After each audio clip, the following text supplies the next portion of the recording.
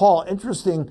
I want to hear your take. You say that money plays a big role in all of this. Tell us what you mean. I don't know what happened in Houston. I'll tell you my experience of being in the industry and tracking all this stuff since the December 3, 1979 Who concert tragedy in Cincinnati, where I started my career.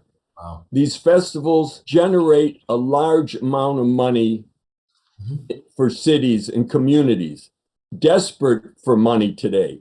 A promoter can dangle a festival in front of them and say, you know, I want to bring this to your town, but I need your help. And usually that means looking the other way, cutting corners. And promoters like to cut corners on what they think are unnecessary expenses, and that's dealing with crowd safety. Now, I don't know what happened in Houston. I'm just telling, and I'm not suggesting anything. I'm just telling you, this is kind of the dynamics that goes on behind the scene. And promoters, most promoters, by and large, always look at crowd safety and security as an extraneous expense, and they try to cut it all the time. Paul, let me ask you, in your expert opinion, knowing what we know now and able to kind of go back and look at some of the tape, when should this concert have been stopped?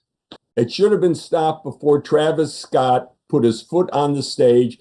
It should have been stopped when afterwards he talked to the promoter about his concerns, and they should have tried to get control of the crowd before Travis Scott was able to wind that crowd up and spin it out of control. You heard Madeline talk about the crush. And again, it's the crush that killed the fans. It's not the surge. The surge just added to the misery of the crush of trying to stay up, right? Because if you fall down, you're not going to get up. It's not that the people don't want to help you. They can't help you. People are desperate. People are stepping on your toes. When I went to concerts, I know I'm getting off the subject, but when I would go to concerts, hundreds of them, I got steel-toed ANSI boots, professional boots. I got steel-toed boots so people could stand on my toes. Wow. I wore a hoodie and shirts even when the temperature in a club was 90 degrees in the mosh pit, so people could grab onto me before they fell and prevent them. But then I'm a crowd safety expert. Fans shouldn't have to go into a concert like they're going to Afghanistan, you know? But I'm just telling you about Kaya's thing. Yes, they can't help but stand on your feet. They're trying to survive too. Once the crush begins in the chaos, your chances of, getting control over the crowd are next to nothing. And security guards doing everything they could do, trying to be heroic. But you know who the real heroes are at a rock festival or concert?